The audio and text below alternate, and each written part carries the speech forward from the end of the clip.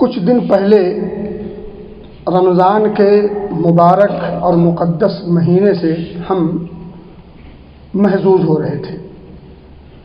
طرح طرح کی عبادات اور مختلف قسم کی اطاعت کر کے اللہ رب العزت کو راضی کرنے میں لگے ہوئے تھے۔ بہرحال اللہ کی توفیق سے جو بھی کیا تھوڑا یا زیادہ رب کی رضا کی تلاش تھی، رب کو راضی کرنے اور اسے خوش کرنے کی تگودو میں تھے۔ اللہ قبول فرمائے۔ میرے بھائیوں اور دوستوں، آخر کیا وجہ ہے کہ جس کو راضی کرنے کی تگودو میں ہم تھے اب اس سے منہ کیوں موڑ لیا ہے؟ کیا اسے صرف رمضان میں راضی کرنا تھا؟ اب رمضان کے بعد اس کی ضرورت ہمیں نہیں؟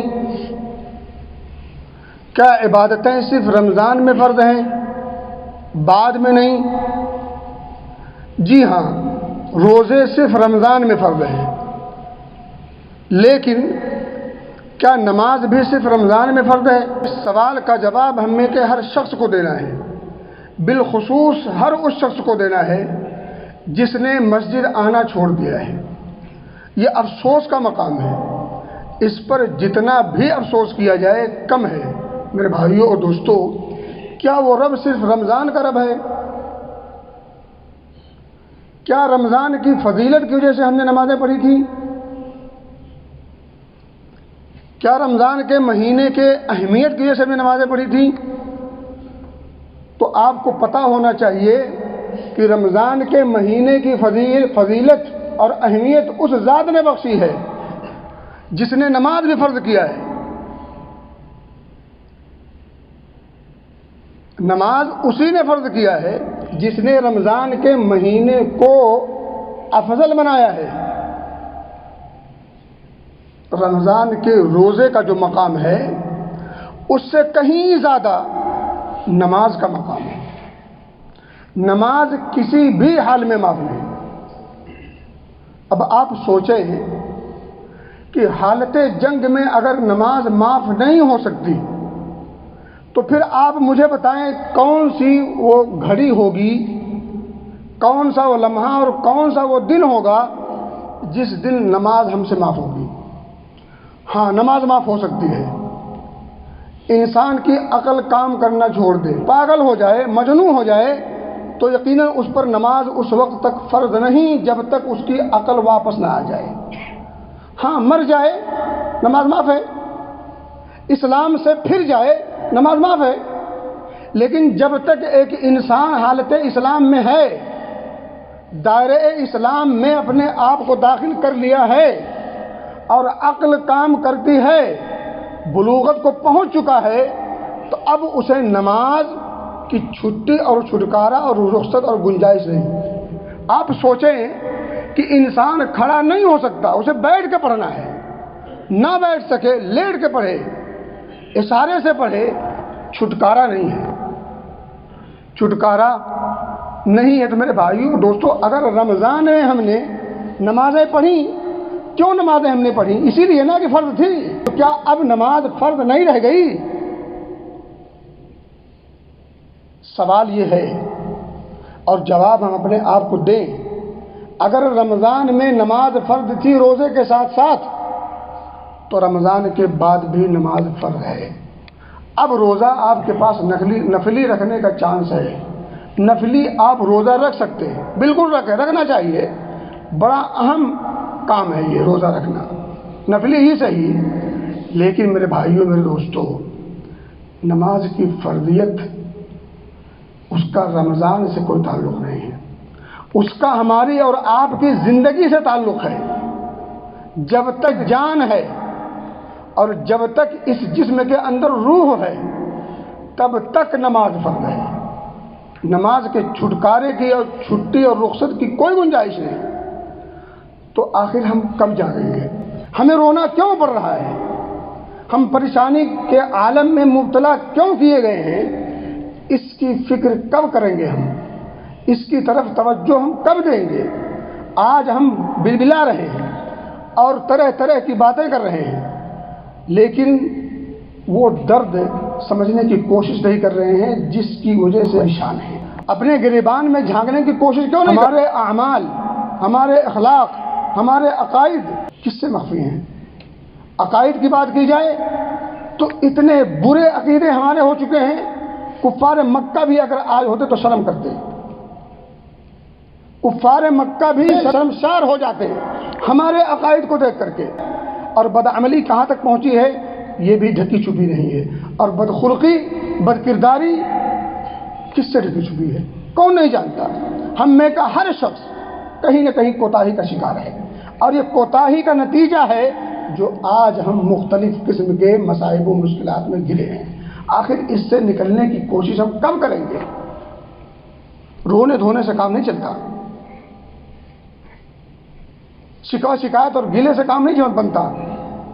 آپ ان اسباب کو تلاش کریں جن اسباب سے یہ مسائل حل ہوتے ہیں۔ میرے بھائیوں اور دوستو، ان تمام کا محور اور مرکز اللہ رب العزت کی ذات ہے۔ اللہ رب العزت سے ہم نے قربت کا اور اس کو راضی کرنے کا، اس کو خوش کرنے کا، اس کے بتائے گئے طریقے پر چلنے کی کوشش ہم نے کب کی؟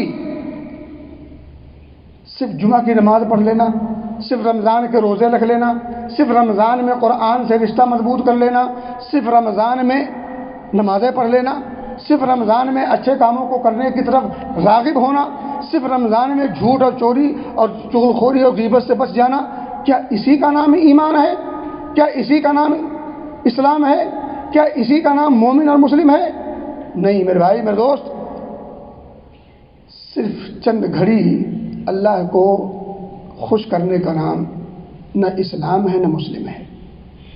اگر واقعتاً آپ اس دنیا میں عزت و سرخروئی کے ساتھ جینا چاہتے ہیں اور اس دنیا میں رب کی بنائی ہوئی نعمت اور جنت کا داخلہ چاہتے ہیں تو پھر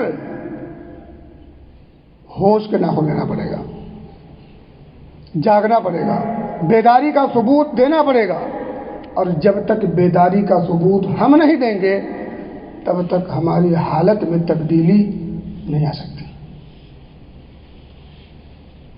میرے بھائی، آپ نے وہ حدیث سنی ہوگی، قیامت کا دن ہوگا، سب سے پہلے جب حساب شروع ہوگا تو نماز کا حساب ہوگا۔ اب آپ سوچیں، نماز کا جب حساب ہوگا تو اللہ رب العزت فرشتوں سے کہے گا ذرا دیکھو اس کے کھاتے میں کچھ نفلی عبادت ہے۔ یہ کب کہے گا اللہ؟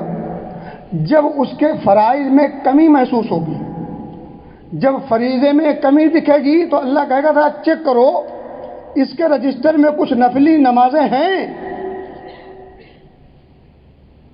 تو اس نفلی نماز سے اس کی فرض نماز میں جو کمیاں ہوں گی وہ پوری کی جائے گی، بھرپائی کی جائے گی۔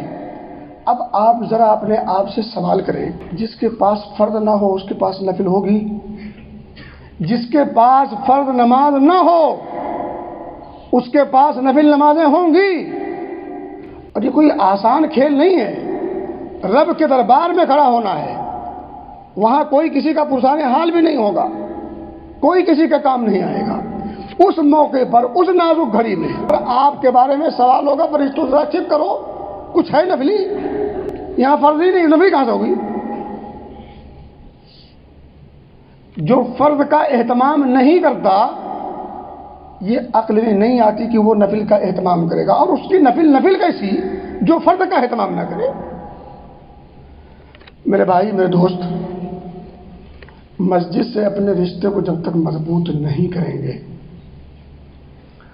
تب تک نہ ہم اپنی دنیا سنوار سکتے ہیں نہ آخرت سنوار سکتے ہیں۔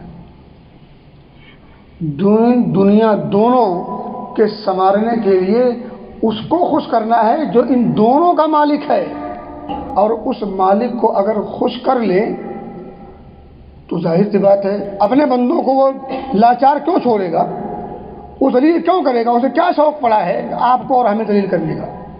ذلت کا سبب ہم خود ہیں، لاچاری کا سبب ہم خود ہیں۔ خلاصہ کلام، رشتہ مضبوط کریں رب سے، اپنے رشتے کو استوار کریں، تعلقات مضبوط کریں اس سے جس سے مضبوطی کے بعد کسی اور کے رشتے کی ضرورت نہیں۔ جو اس سے بے نیاز ہو گیا وہ ہر شخص کا محتاج ہو جائے گا۔ میرے بھائیوں، میرے دوستوں، ہوش کے ناخن لیں، شروع کریں نماز یہیں سے پہلا عمل نماز ہے۔ کلمہ کا اقرار کرنے کے بعد سب سے پہلے اگر کسی چیز کو کرنے کا حکم ہوتا ہے تو وہ نماز کا ہے۔ آپ نماز شروع کریں، اس کا اہتمام کریں، آپ کی اور ہماری زندگیوں میں جو خامیاں ہیں وہ دھیرے دھیرے ختم ہوتی جائیں گی، جو خوبیاں ہیں دھیرے دھیرے آتی جائیں گی۔ وَأَقِمِ الصَّلَاةَ إِنَّ الصَّلَاةَ تَنْہَىٰ، نماز کو قائم کرو۔ یہ جمعہ نہیں، ظہر اثر نہیں، 5 وقتہ نماز، فجر کا بھی اہتمام ہو، ساری نمازوں کا اہتمام ہو۔ جب ہم ساری نمازوں کا اہتمام کریں گے پھر میرے بھائیوں دوستوں رب کی رحمت جوش میں نہیں آئے گی تب کب آئے گی؟ اگر اللہ کے بندے اللہ والی کریں اسے کیا شوق ہے پریشان کرنے کا؟ آج کی تقریر کا اتنا خلاصہ ہے، اگر رمضان میں ہم نے اسے رب مانا تو اب بھی وہ رب ہے۔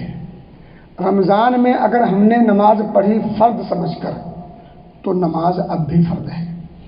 آخر کیا وجہ ہے کہ طرح طرح کی عبادات ہم کرتے تھے اور اب مسجد کی وہی کیفیت ہے جو رمضان سے پہلے کی تھی، الا ماشاءاللہ چند چہرے نئے ہیں ماشاءاللہ تبارک اللہ۔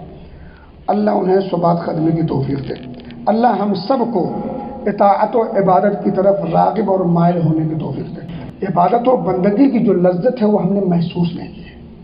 آپ یقین کریں جس دن وہ لذت مل جائے، ریال کی لذت ہمیں ملی ہے، ہمیں سمجھ میں آتا ہے، پھر اس کے طلب کے لیے ہم کیا کچھ نہیں کرتے۔ 8 گھنٹہ اگر دھوپ میں کھڑے ہو کر کے ڈیوٹی کرنا ہو تو ہم کر جاتے ہیں، 5 منٹ نماز کے لیے ہم نہیں کھڑے ہو سکتے دھوپ میں۔ یہ لذت اور عدم لذت کی بات ہے۔ 8 گھنٹہ اور 8 منٹ، 8 گھنٹہ جس چیز نے مجبور کیا ہے وہ کون سی چیز ہے؟ لذت۔ اور 8 منٹ کھڑا نہ ہونے پر مجبور کس نے کیا ہے؟ عدم لذت۔ لذت تھی تو آدمی کھڑا تھا، لذت نہیں، ایک فارمیلٹی ہے، جمعہ ہے، اب جمعہ بھی نہیں پڑھیں گے تو پھر کیا پڑھیں گے؟ میرے بھائی میرے دوست بات سمجھنے کی کوشش کریں اور اپنی پیدائش کا مقصد سامنے رکھیں۔ اگر سعودی آنے کا مقصد آپ کے سامنے ہے تو دنیا میں آنے کا مقصد کیوں فوت ہو جاتا ہے؟ کیوں بھول جاتے ہیں؟ دنیا میں آنے کا مقصد ہی اصل مقصد ہے، اصل مقصد کو ہم نے بھلا دیا ہے اور دنیا کی جو ضرورتیں ہیں ہم نے اسے مقصد بنا لیا ہے۔ ضرورت کو ضرورت رکھیں اور مقصد کو مقصد کا مقام دیں۔ اللہ ہمیں کہنے سے زیادہ سننے اور سمجھنے کی توفیق دے اور ان تمام سے زیادہ اس پر عمل کرنے کی توفیق دے۔